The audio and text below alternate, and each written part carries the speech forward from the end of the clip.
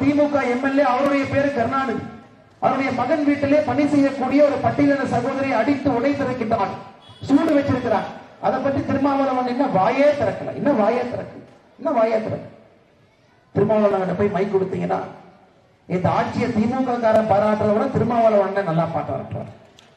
எனக்கு திருமாவளவன் மீது மிகப்பெரிய மரியாதை இருந்தாலும் கூட அவர் ஆரம்பித்த பாதையும் இப்பொழுது நின்று கொண்டிருக்கக்கூடிய பாதையும் முற்றிலும் மாறிவிட்டது. அந்த பாதையில் அவர் பயணிக்கவில்லை, வேற ஏதோ ஒரு பாதையில பயணித்துக் கொண்டிருக்கிறார்.